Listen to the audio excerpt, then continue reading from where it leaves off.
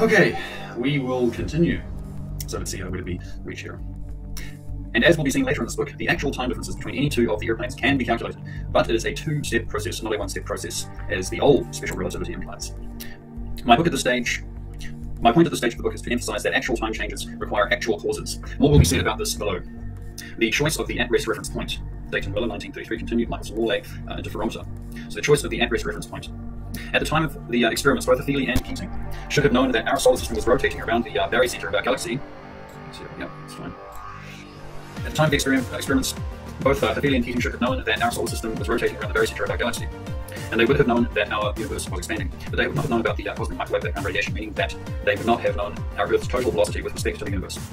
They undoubtedly also knew that Einstein had changed the at-rest reference frame of the special relativity to be the center of a rotating disk. They had three non-rotating at-rest options to choose from based on this new disk theory. 1, our galactic barycenter, which our Sun and Earth are rotating around, or 2, the barycenter of the Sun-centered solar system, which our Earth is rotating around, or 3, a point on the axis of the Earth, which the atomic clocks were rotating around.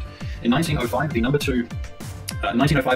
2, that is the barycenter of our Sun-centered solar system, which our Earth is rotating around, would have been the logical choice because our Sun was considered stationary in the universe at the time, and thus item number 2 would have been stationary with respect to the entire universe. That is, it would have been considered a universal reference frame. It would have been the perfect at-rest reference frame, but relativity claimed there was no such thing as a universal reference frame. At the time, in 1905, the axis of the Earth was not chosen as the at-rest reference frame because the axis of the Earth was not part of the experiment. Note, in Einstein's original paper, he coincidentally mentioned that an object on the equator would measure time differently than an object at the poles. However, this observation had nothing to do with the new special relativity. It was part of the concept of relative reference frames. In 1971, the logical choice for Feely and Keating would have been item number 1 above. Since they were not using an at-rest reference frame that was part of the experiment, they should have been looking for the most at-reference frame point they knew about.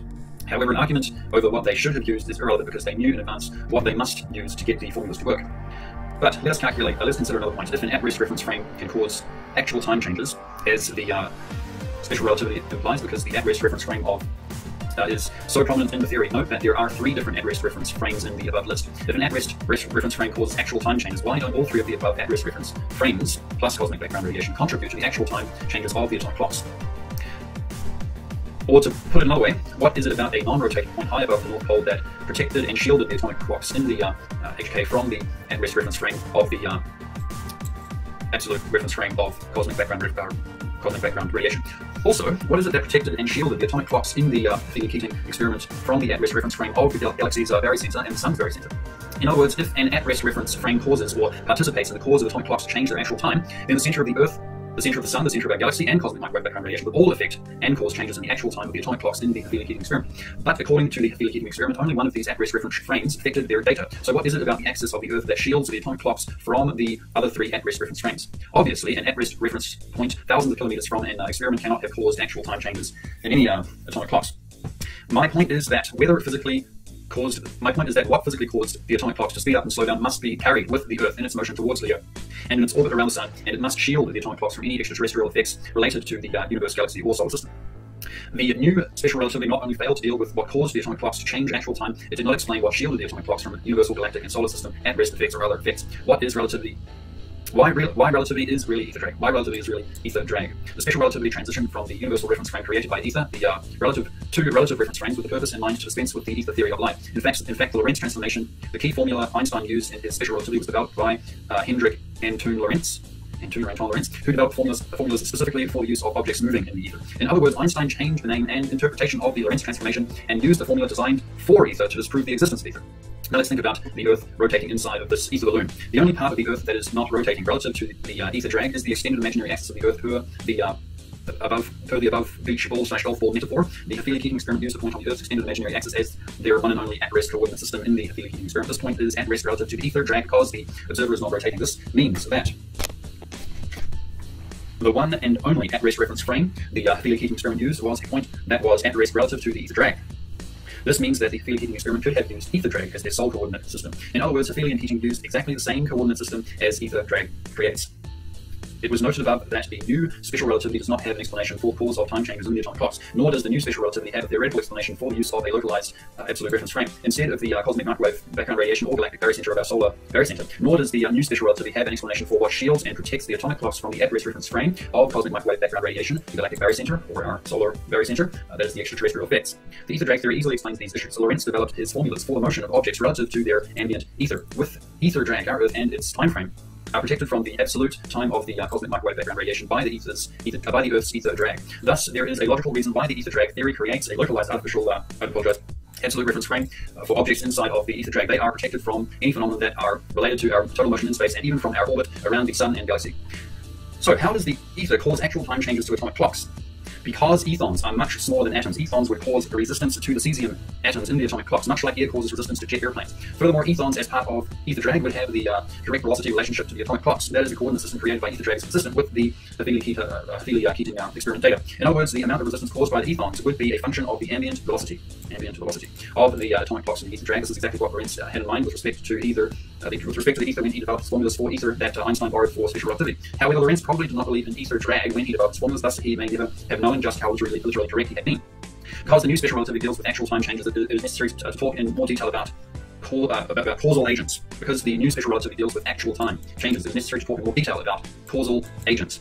What is a theory? Since the term theory and postulate are frequently used synonymously, let me provide definitions for these terms that clearly delineate between them.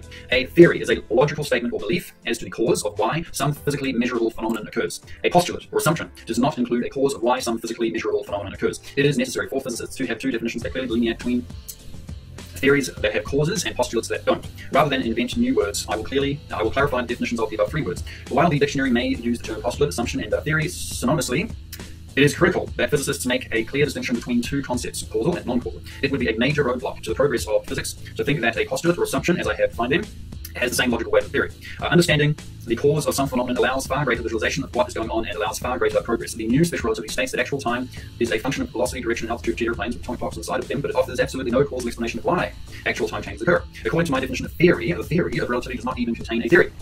But this is not all. Some physicists today do not delineate between formula and theory. This is not all. Some physicists today do not delineate between the formula and the theory. Shut up and calculate was the motto of the idiot Richard Feynman. But how does a formula tell us why some phenomenon happens? A formula has the same problems for progress and understanding as a postulate or assumption does, because none of these things project a cause as to why something happens, and something must cause actual time changes. What causes atomic clocks to speed up and slow down? Let us summarize exactly what properties the substance, force, or field must have to generate the Keating experiment data. For one, actual time changes must be caused by some substance, force, or field coming into direct contact with the cesium atoms in the atomic clocks, and at-rest reference frame thousands of kilometers away will not suffice as a cause. Ether particles come into direct contact with the cesium atoms. This contact must cause physical resistance or electromagnetic resistance, or I would assume could be what we call electromagnetic retardation, if I'm correct, to the atoms in the atomic clock, such that the eastbound jets have more resistance than the westbound jets as they fly through the substance, force, or field. In other words, the westbound jets must be flying in the same direction as the wind of the substance, force, or field. Our Earth rotates eastbound.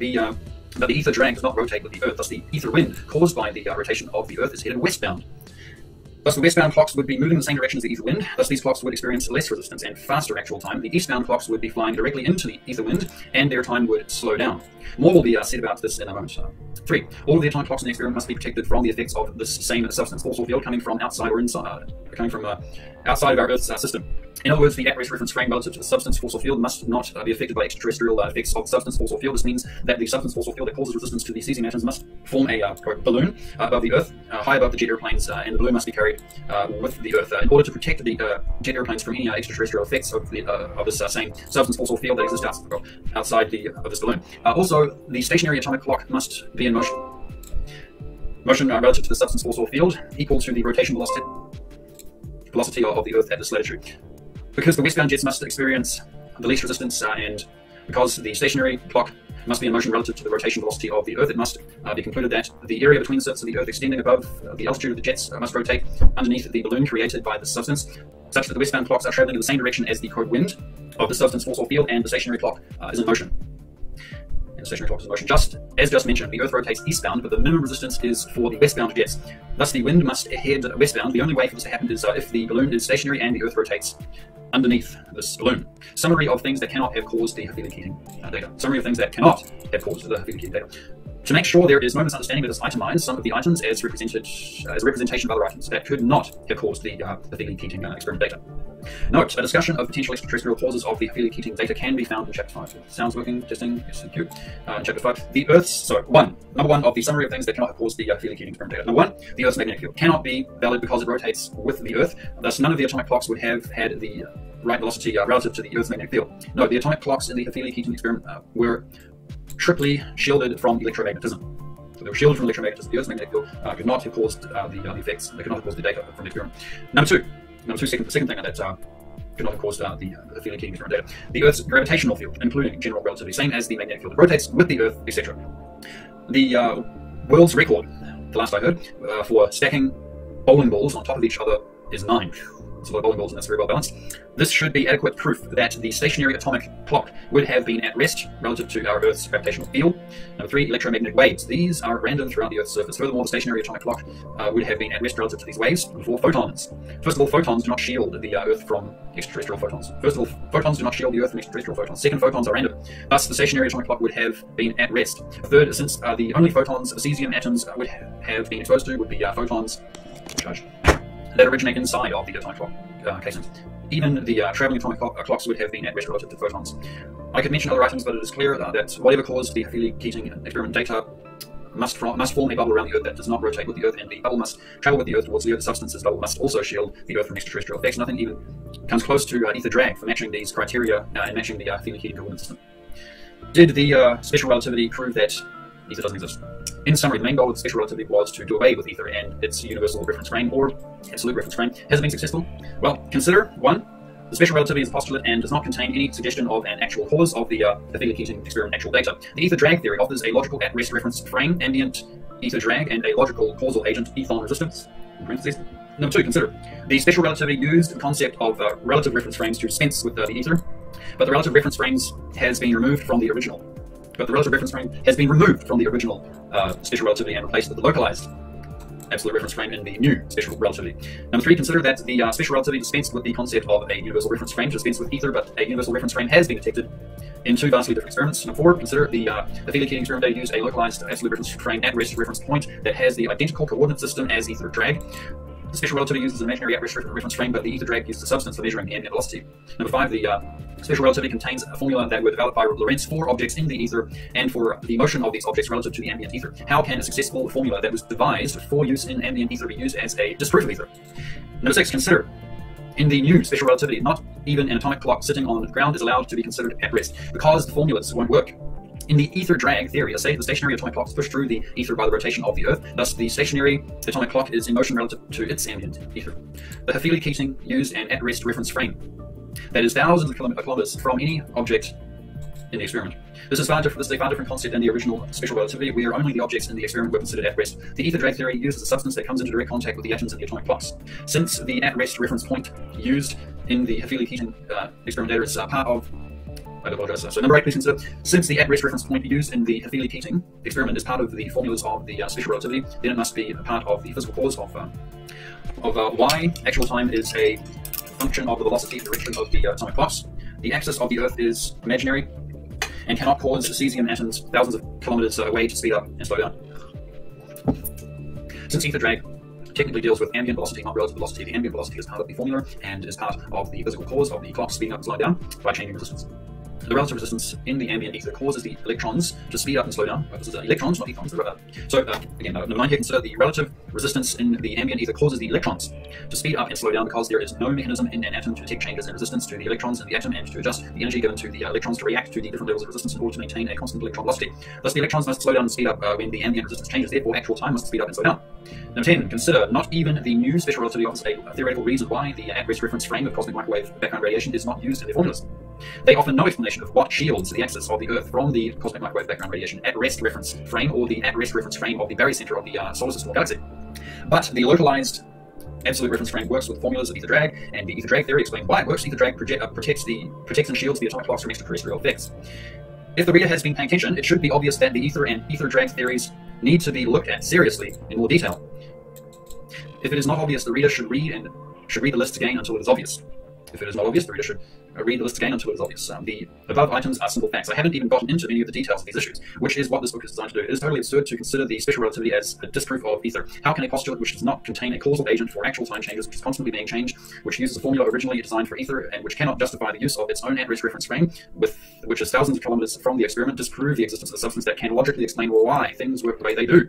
The second postulate of relativity, the first postulate of the special relativity, is basically that any reference frame can be considered to be at rest, meaning it can be considered to be an independent relative reference frame. As mentioned above, Einstein himself dispensed with this postulate when he chose to use only the center of a rotating disk as his local absolute reference frame and chose to deal with actual time. But what about the second postulate of relativity? In a chapter late in this book, the three spaceship paradox will be discussed. This paradox is a proof that the speed of light cannot be the same for all observers. This paradox is a proof that the speed of light cannot be the same for all observers. In this paradox, three spaceships are introduced, all of which are traveling at exactly the same velocity relative to a point that is at rest relative to cosmic microwave background radiation. This means that the atomic clocks in all three of the ships measure time exactly the same. However, the three ships are traveling in different directions. Direction is not an issue in this case because the spaceships are not rotating with a planet. When a laser beam is fired from the at-rest reference point, it is shown that all ships will measure the speed of light differently. This should not be a surprise to anyone. Just as the first postulate of special relativity dealt with the paradoxical concept of relative reference frames, the concept of relative speeds of light is equally paradoxical. Testing, 1, 2, 3. I am not alone. Prior to leaving this first overview chapter, I should mention that I am not alone in advocating the ether theory. Others who have devoted many years of their life to promoting the ether theory are Maurice Elias, Nobel Prize 1988 Economics, Harold S. Espton, Stephen Rideau, Ken H. Sato, Gordon L. Ziegler, and many others. The list of anti-relativity scientists is even longer. Generally, scientists are anti-relativity because the verifiable formulas of relativity can be derived from classical physics, and in fact, many of the formulas used in relativity existed before relativity. For example, Stephen Marinov, deceased, Peter Bachmann, deceased, Howard C. Hayden, Tom Van Flandern, Franco Saleri, etc. Many scientists are both pro-ether and anti-relativity. Unfortunately, there has not been a lot of unity among the pro-ether forces. Theories are about as diverse as can be imagined. Some have diverted from using the term ether altogether. Hopefully this book will provide the needed unity not only for the current pro-ether scientists, but for all scientists. My website has links to a small sample of the pro-ether scientists' website there. Oops, okay.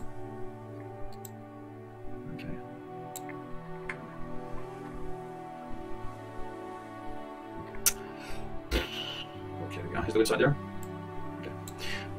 With all of this in mind, it is important to identify the scientists that had by far the greatest understanding of ether, so that scientists will have a springboard from which to proceed. I don't think anyone would challenge the identity of that person, the super genius Nikola Tesla. His numerous theories and inventions need to be re-examined in far greater detail. The importance of the knowledge of ether. How will a knowledge of ether affect the future of physics? Ether has been around since the creation of the universe, and perhaps even before its creation, but the existence of ether is useless to the scientific community unless they believe that it exists. What is clear about the ether is this. 1. Ether is the cause of every magnetic field. 2. Electricity could not exist without ether. 3. Ether is the medium for every electromagnetic wave, from radio waves to gamma rays. 4. Every particle of the universe is bathed in a sea of ether, including the orbiting electrons of atoms of plasma. I'm sure there is a very interesting relationship between ether and plasma. Ether is how particles moving near the speed of light in a vacuum know how fast they are moving, even if they are accelerating very, very slowly. Number 6. When the ether gets cold enough, its properties change, causing strange phenomena to both atoms and light. In fact, using very cold temperatures is a way to isolate exactly what ether affects. It may turn out that very cold temperatures are to ether physics as accelerators are to particle physics. Ether also contains a massive amount of energy, as predicted by Tesla. Many of the pro-ether people feel strongly that gravity and ether are tightly integrated. Also, some pro-ether people feel ether can be used to solve the unified theory. Gordon L. Ziegler is one of those. There is a famous quote from Nikola Tesla about ether in 1891. Era, many generations pass. Our machinery will be driven by a power obtainable at any point in the universe. This idea is not novel. We find it in the delightful myths of Antheus, who derives power from the earth. We find it among the subtle speculations of one of your splendid mathematicians. Throughout space there is energy. Is this energy static or kinetic? If static, our hopes are in vain. If kinetic, this we know it is for certain. Then it is a mere question of time when man will succeed in detaching their machinery to very real work of nature. Time has come for scientists to resume the challenge that Tesla made in 1891. The next 4 chapters will deal in far more detail with the Healy-Keating experiments and special relativity. After the full discussion of the Healy-Keating experiment, I will start discussing my own experiments and lunar laser ranging experiments, which combine to add several paradoxes to the current list of paradoxes for the photon theory. Chapter 2, the standard linear accelerator experiment. The standard linear accelerator experiment. The reasonable man adapts himself to the world. The unreasonable one persists in trying to adapt the world to himself. Therefore, all progress depends on the unreasonable man. George Bernard Shaw. Introduction. Before talking about the experiment under study, let us first talk about what happens to a bullet when it is shot. If you shoot a bullet horizontally, the bullet will hit the ground fairly quickly because of gravity, while it is still in motion. But now suppose we shoot a bullet into the ocean. This bullet will not go very far. How far it goes depends on the shape of the bullet, the weight of the bullet, and so on. Suppose we were given the assignment to shoot the bullet from 100 feet from the ocean's water at New York City, and we were told to make sure the bullet traveled all the way to France underwater, and that the bullet must accelerate all the way to France while it is underwater. Now that is an assignment. Obviously, our only choice is to build some type of apparatus and put it underneath the ocean's surface. It must stretch all the way from New York City to France. Let us assume that we build a very long metal frame, and attached to this frame are a series of electromagnets. These electromagnets must be coordinated by computer. As the steel bullet travels underwater, each successive electromagnet provides a bit more magnetic energy once as the steel bullet travels underwater, each successive electromagnet provides a little bit more magnetic energy than the one before. The electromagnets near France will be putting out a lot of magnetism. But now let's change things. Suppose when the bullet is halfway to France, all of the remaining electromagnets emit exactly the same magnetic energy. In this case, the bullet will travel at a fixed rate of speed from the rest of the trip. In this case, the bullet will travel at a fixed rate of speed for the rest of the trip. But now that it takes energy to maintain constant rate of speed but note that it takes energy to maintain constant rate of speed for the bullet. Now, let's suppose that when the bullet is 3/4 short, is 3/4 across the ocean, that the framework loses electricity and all electromagnets turn off. Very quickly after this happens, the bullet will stop its forward motion and will fall to the bottom of the ocean. So why is this framework necessary? The reason is resistance. The water is very dense compared to the air, and a bullet encounters a lot of resistance when it is traveling through water. Without an outside energy source such as the framework of electromagnets, the bullet would quickly stop its forward motion. The SLAC experiment, the SLAC experiment. It takes only 4 inches in common household electricity to accelerate electrons to 30% of the speed of light in a vacuum. This happens inside of television sets all the time.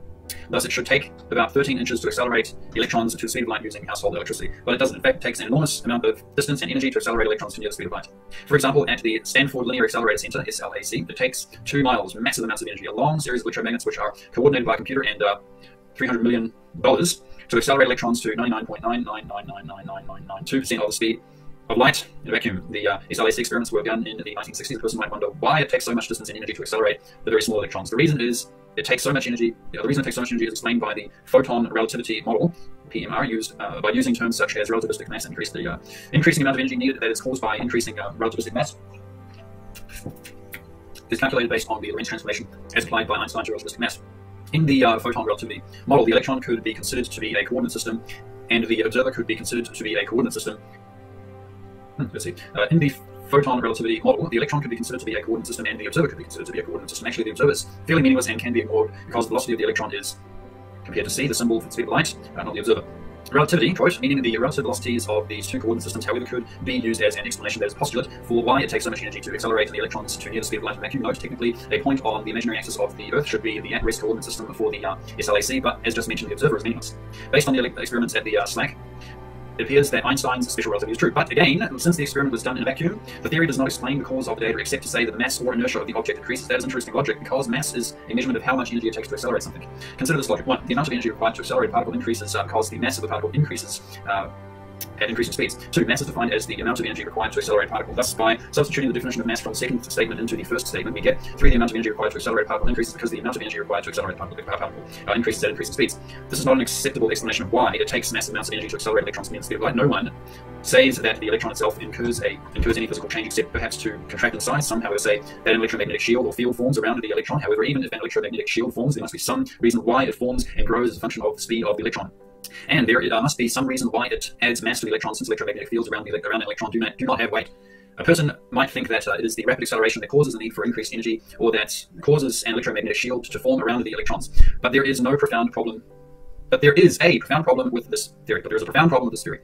Suppose we travel to a point in the universe that is halfway between two large galaxies. We will call this open space. At this point in open space, we are many tens of thousands of light years from any celestial body that, other than individual atoms as far as we currently know. Suppose we replicate the SLAC experiment, except that we accelerate the electrons very, very slowly at 1 kilometer per second per year. In this case, it would take about 300,000 years to accelerate the electrons to near the speed of light. The formula of the special relativity apply exactly the same. It would take the same amount of energy to accelerate the electrons from 99.9999% of the speed of light to 99.99999 speed of light, whether in the SLAC or in open space between two galaxies. The difference is that in open space, this amount of energy would have to be applied for a long period of time compared to in the SLAC.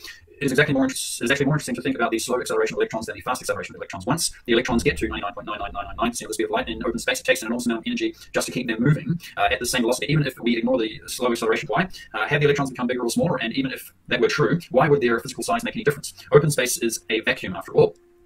In fact, the vacuum in open space is much better than we can create on Earth. In fact, the vacuum in open space is much better than we can create on Earth. The special relativity is mute on an explanation. The special relativity is mute on an explanation. An interesting question posed on the internet is this: how does light know, quote, how fast to travel? How does light know how fast to travel? He rectic, is the website. One could also ask, how does an electron in a vacuum know how fast it is going? Or how does an electron in a vacuum know to stop accelerating when it gets to the speed of light? All of this reminds us of the bullet in the ocean example above. It would seem logical that the electrons inside of the SLAC facilities are getting resistance from some substance, force, or field. This resistance applies not only to the acceleration of the electrons, but also to maintaining constant velocity for the electrons in open space. While there are a number of substances, forces, and fields that exist in the SLAC vacuum, for example, neutrinos, gravity, electromagnetic fields, the magnetic field of the Earth, etc., let us talk about ether. It is obvious that the vacuum created at the SLAC does not affect ether, meaning that the SLAC cannot pump ether out of the tube. The density of ether inside the vacuum is identical to the density of ether outside the vacuum. Ether could provide resistance to the electrons in much the same way that the ocean water creates resistance to bullets. The ether theory not only creates a physical cause for the experiment, but a logical one also. What is not known is whether this resistance is more physical than electromagnetic, or more electromagnetic than physical. What is not known is whether this resistance is more physical than electromagnetic, or more electromagnetic than physical. Well, what do we mean by physical? In either case, Rado sees strong similarities between Mach's formula for air resistance. Actually, at high speeds, Rado saw the need to embed the Mach number into the formula for Newton's law on compressible flow. And the Lorentz transformation applied to relativistic mass. As mentioned before, Lorentz believed in ether, and ether was clearly on his mind when he developed the formula for the Lorentz transformation. Rado claims that the similarity between Mach's formula, Mach's formula for air resistance, and the formula for relativistic mass are cause for believing that relativistic mass is actually caused by resistance to ether. Thus, the ether model provides a physical and or electromagnetic causal factor as to why so much energy is required, and even if electrons are accelerated very slowly. With ether, an electron knows exactly how fast it's traveling, just as a jet airplane would know how fast it's traveling through the air at a given altitude. The faster the electrons travel through the ether, the more physical resistance they encounter to the ether, and the more energy is needed for them to maintain that velocity, and even a greater energy is needed to accelerate beyond that velocity. This concept is so significant that I have given it a name and an acronym. I call the resistance to ether, I call the resistance of ether to a particle frontal resistance and obstruction of a substance. Frontal resistance and obstruction of a substance. Frontal resistance and obstruction of a substance. FROS. Frontal resistance and obstruction to a substance. Ether is the substance that causes the frontal resistance and obstruction to a substance, to an electron in this case. I should note that any time the letter C is used in formulas, it actually refers to ether. Since the speed of light is only a formula or symbol, and a formula does not affect matter, the speed of light and supposedly the maximum speed of any physical object is a function of ether's properties. Thus, when any formula uses C, it is an indication that ether is directly involved in the phenomenon. The famous formula E equals mc squared was derived from classical physics both before, that is when ether was believed to exist, and after the special relativity in 1905 by Albert Einstein. Which is there. The SLAC is the beginning of a trend that will intensify as this paper progresses. The trend is that the PRM fails to supply a logical cause for the data, but the ether model not only provides the correct formulas, but also provides a logical and physical cause. But things will get much deeper than that, as will soon be seen. Chapter 3, the Healy-Keating experiment. I particularly noted on a regular practice of not re-examining the fundamental assumptions underlying a theory once it gained accepted status, almost no matter how incompatible some new observation or experiment might be, and I saw powerful vested interests in a status quo, quote, developed around certain accepted theories. Tom van Flandern. Description of the experiment. The next experiment to be discussed is the Healy-Keating HK experiment of 1971, which was introduced in the first chapter. In this experiment, the location of the at-rest observer, that is, at-rest reference frame or coordinate system, is much more significant than it was in the SLAC. This is because the velocities of the subjects in the HK Healy-Keating experiment are nowhere near the speed of light. Thus, unlike the SLAC, the location of the at-rest reference frame is very important. In fact, the velocity of the objects in the Healy-Keating experiment is slower than the rotational velocity of the Earth. Healy-Keating flew 4 cesium atomic clocks around the world in commercial jet airplanes. First, all 4 clocks were flown eastbound around the world. Then, they were flown westbound around the world. After the experiments, Healy and Keating published 2 articles in the same issue of Science. In the first article, there are detailed predictions of the time changes in the atomic clocks due to both kinematic, special relativity, and gravitational, general relativity effects. It was impossible to make these predictions until after the experiments were completed, because they had no way of knowing in advance how fast the jet airplanes would be flying, or at what altitudes they would be flying, etc. In the second article, they have the actual data of the experiment, although in this article it was possible to segregate the actual time differences in the clocks between gravitational and kinematic, that is velocity and direction, effects, because it was impossible to have separate clocks measuring separate effects. Thus, their predictions include a separation between the gravitational effects and the kinematic effects, but their actual data cannot make this separation. Here is the predicted data based on the actual jet airplane flight data. Predicted data effect, predicted direction of airplane eastbound, westbound. Okay, there we go. Gravitational, kinematic net, gravitational 144 plus minus 14. There we go. Eastbound and westbound 179 plus minus 18. Kinematic minus 184 plus minus 18. Westbound, that's eastbound and westbound. 96 plus minus 10. And then the net. Okay, there we go. So that's that one minus that one. The net is eastbound minus 40 plus minus 23, and westbound. Let's see, those two together. 25 plus minus 21. Okay, gravitational, kinematic, kinematic effect. Gravitational, kinematic. Interesting. The actual data is as follows. The eastbound clocks lost 59 plus or minus 10 nanoseconds, and the westbound clocks gained 273 plus or minus 7 nanoseconds. The authors felt the experiment was very successful, and it was. Note especially that the atomic clocks in the westbound plane actually operated at a faster rate than the stationary clock due to kinematic effects, but that the eastbound plane operated at a slower rate than the stationary clock due to kinematic effects. Direction had no effect on the gravitation part of their predictions, except that the jets flying westbound must have flown at a different average altitude, no doubt higher than the jets that flew eastbound, or other factors could have come into play, such as latitude. Now let's elaborate on why the rotation of the Earth was the real issue behind the importance of the direction of the airplanes. Just 1, 2, 3. The airplanes. A drawing in an article by Havili was, which was undoubtedly seen to the publisher before his experiments were performed in October of 1971, clearly demonstrates what he meant by his non-rotating observer looking down on the North Pole from a great distance. The same drawing explains why direction is so important. I will describe the same concepts using the center of the Earth as the at-rest reference point. Actually, any point on the elongated imaginary axis of the Earth could have been used as the at-rest reference point if a non-rotating person were sitting at the center of the Earth looking up at the stars. Let us assume the Earth is hollow. The person would think that he is stationary, and that stationary atomic clock sitting on the surface of the Earth was in motion.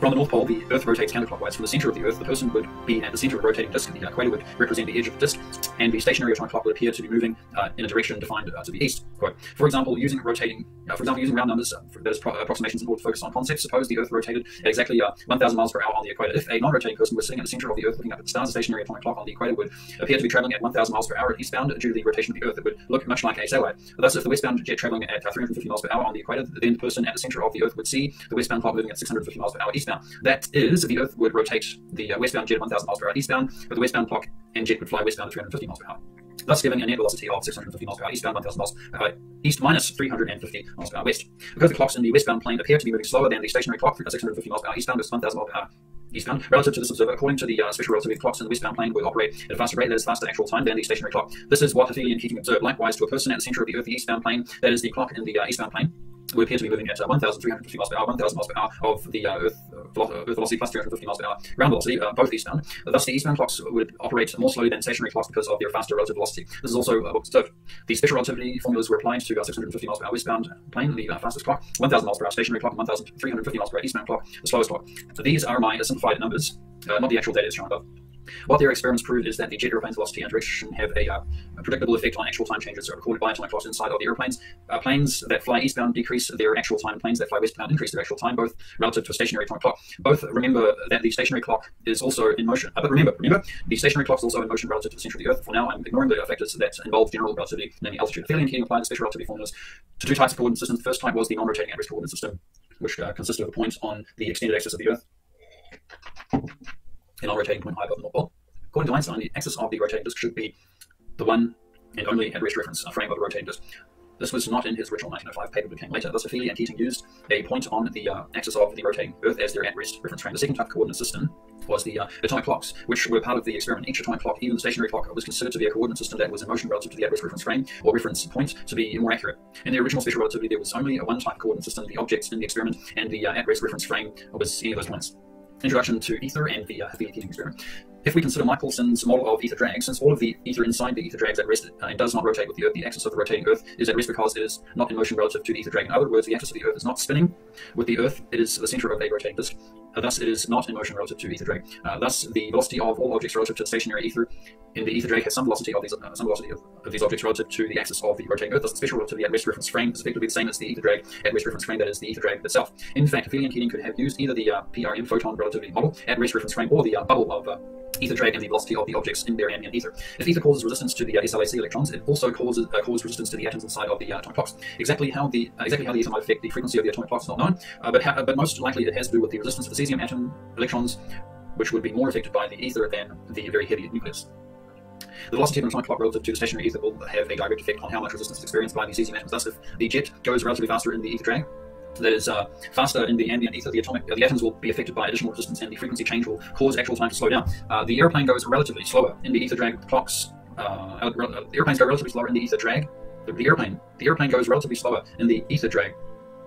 The clocks will speed up because of lessened resistance. Read it again.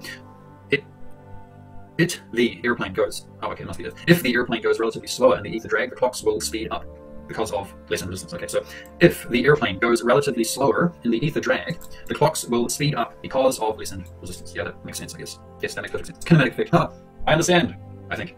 Yeah, I'm pretty sure I get it now.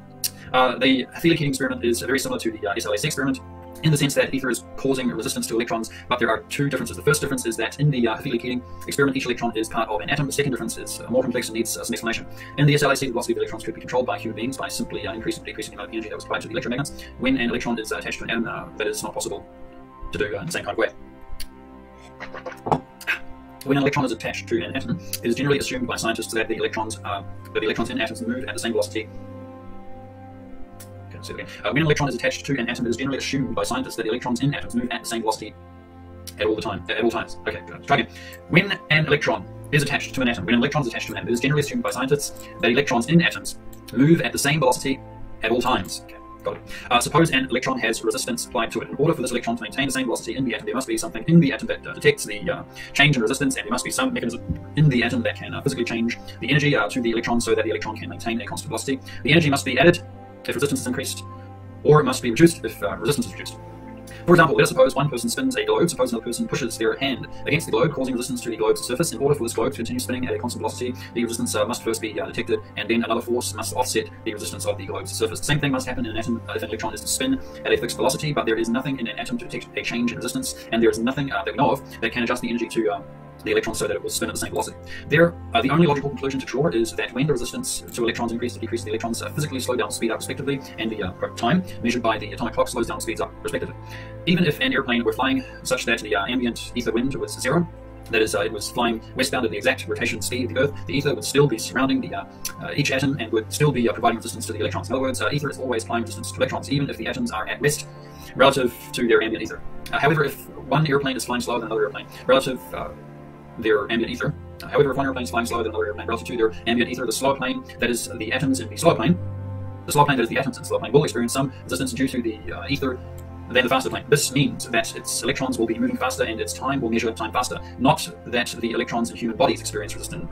Note that the electrons in human bodies experience. Note that the electrons in human bodies experience resistance to ether. Thus, actual time, as measured by human beings, would also speed up and slow down. Though such a change could not be measured at the velocity. Though such a change could not be measured at the velocity of jet airplanes. In summary, if there are three planes and they are all moving at different velocities relative to their ambient ether, they will measure time differently. The slowest plane relative to the ambient ether will measure the fastest time, and the fastest plane relative to the ambient ether will measure the slowest time. Note this: in this book I talk about electrons physically speeding up and physically slowing down. This is based on the model of atoms currently in use. Should the model of atoms change, such as the discovery of ether drag at the atomic level, or the discovery of some new type of substance that surrounds each atom and stores the energy in atoms, the concept of speeding up and slowing down could very easily become outdated.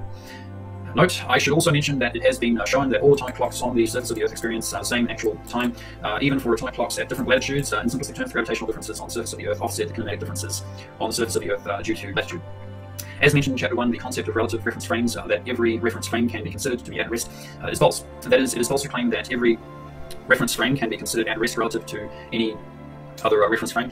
Every reference frame must be compared to its ambient ether, which is essentially a local universal reference frame or local absolute reference frame. Ether, of course, is not uniformly stationary through the universe, thus the concept of ambient ether has yet to be understood. Excuse me, I'm just going to take a quick break.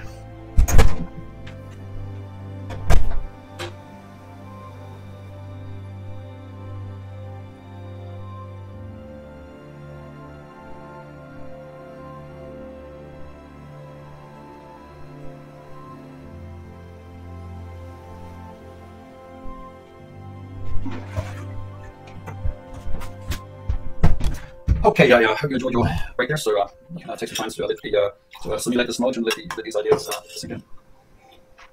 Now let's Continue. So, as mentioned in chapter 1, let me see, so as mentioned in chapter 1, concept of relative reference frames, that every reference frame can be considered to be at rest is false. That is, it is false to claim that every reference frame can be considered at rest relative to any other reference frame. Every reference frame must be compared to its ambient ether, which is essentially a local universal reference frame or a local absolute reference frame. Ether, of course, is not uniformly stationary throughout the universe. So thus, the concept of ambient ether has yet to be well understood.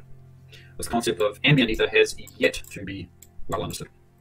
In the old special relativity, any two moving reference frames could be directly compared to each other. In the ether theory, two reference frames can only be compared to each other indirectly, meaning each reference frame must first be compared to its ambient ether, and then it can be calculated how two reference frames relate to each other indirectly.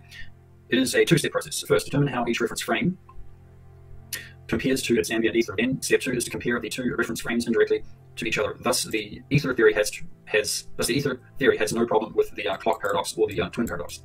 Okay, let's read that again. This seems to be very important. So, in the old special relativity, any two moving reference frames could be directly compared to each other.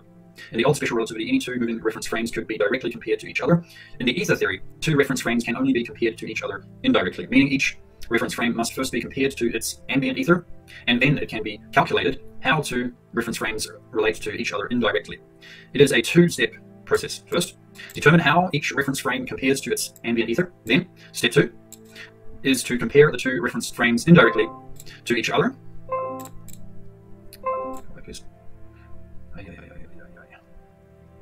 Thus, the ether. Step 2 is determine how each reference frame compares to its ambient ether. First step, determine how each reference frame compares to its ambient ether. Then step 2, compare the two reference frames indirectly to each other. Thus, the ether theory has no problem. Thus, the ether theory has no problems with the clock paradox or the twin paradox. Note, what if the ether surrounding an atom were removed, physically or effectively, and the atom was sitting in an ether vacuum? Would its electrons spin so fast that they would literally fly off the atom, or would the electrons collapse into the nucleus? This and many other questions are very interesting to think about with respect to the ether. Note, it is also possible that it is the ether that is causing the electrons to spin in the first place, either directly or indirectly by directly or indirectly by applying energy to the atom. I have often wondered how electrons get their energy. In other words, why is it that electrons can continuously spin around the nucleus for billions of years? Where does their energy come from? Meaning, how does an electron spin at roughly the same speed for billions of years? The answer is certainly not inertia.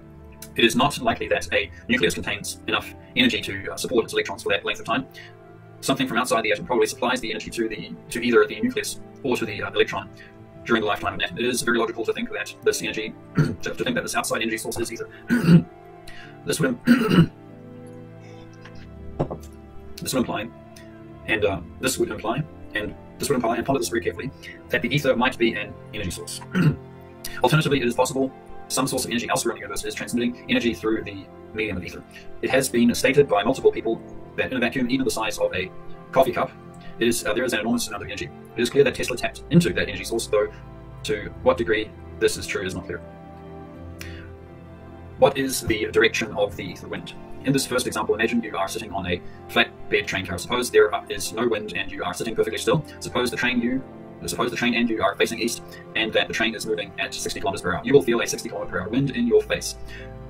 Now let us suppose the train and you are facing east, but the train is not moving. In what direction would the wind have to move in order for you to have exactly the same wind in your face? The answer, of course, is westbound. If both you and the train are facing eastbound and are stationary, and if the 60 kilometer per hour wind is moving to the west, you will have the same feeling in your face as if there were no wind and the train were moving eastbound at 60 kilometers per hour. In the second example, remember that with ether drag, the Earth rotates underneath the ether in the ether drag. Let us compare the second example to the first example. The motionless wind in the first example is equivalent to the motionless ether in the second example. Suppose you are facing east in both examples. Now let us compare the moving train in the first example to the rotating surface of the Earth in the second example. In other words, just as the moving train pushes you through the motionless air, the rotating Earth is pushing us through the motionless ether because the Earth rotates underneath the motionless ether. If you could feel the ether wind, which you can't, and you were on the equator, you would feel it hit your face at a 1,600 kilometer per hour clip. Therefore, in what direction does the ether wind effectively move? Just as in the first example, it effectively moves westbound. Even though the ether is motionless, or almost motionless, the rotation of the ether through this ether has the same effect as if the Earth were stationary and the ether was moving at 1,600 kilometers per hour westbound on the equator. Now let us consider the jet airplanes in the Hafele Kehr experiment, the westbound flights would have been flying in the same direction as the ether wind, causing less resistance than a stationary clock, and would measure faster time than a stationary clock. Likewise, when the flights were headed eastbound, they would have been flying into the ether wind, thus causing more resistance and slowing time down. Since we are assuming that the Earth rotates at exactly 1,000 miles per hour at the equator, an atomic clock on the equator would have the equivalent of a 1,000 mile per hour. Okay, you're using miles per hour, there you're using kilometers per hour. That's strange. Okay. 1,000 miles per hour wind applied to it. The westbound clock would be flying with the ether wind. Thus, its speed relative to ambient ether would be 650 miles per hour, 1,000 miles per hour minus 350 miles per hour, since both the wind and the plane are moving in the same direction. The eastbound clock would be flying into the ether wind. Thus, its speed relative to ambient ether would be 1,350. There's 1,000 miles per hour plus 350 miles per hour because they are moving in opposite directions. These are the same simplified numbers we calculated above. Thus, the ether theory makes exactly the same predictions as the special relativity as to whether the clocks will speed up or slow down relative to a stationary clock, and by how much. This should not come as a surprise because both the Hafele Kehr experiment at rest reference frame and the ether drag reference frame generate exactly the same coordinate system. Assuming the ether drag theory, the Hafele Kehr experiment proves the existence of the ether wind, and it proves that the Earth rotates underneath the ether drag as stated by Michelson. And here we've reached chapter 4, so thank you very much if you followed through all this. We'll finish this reading here, and I will see you next time. Thank you.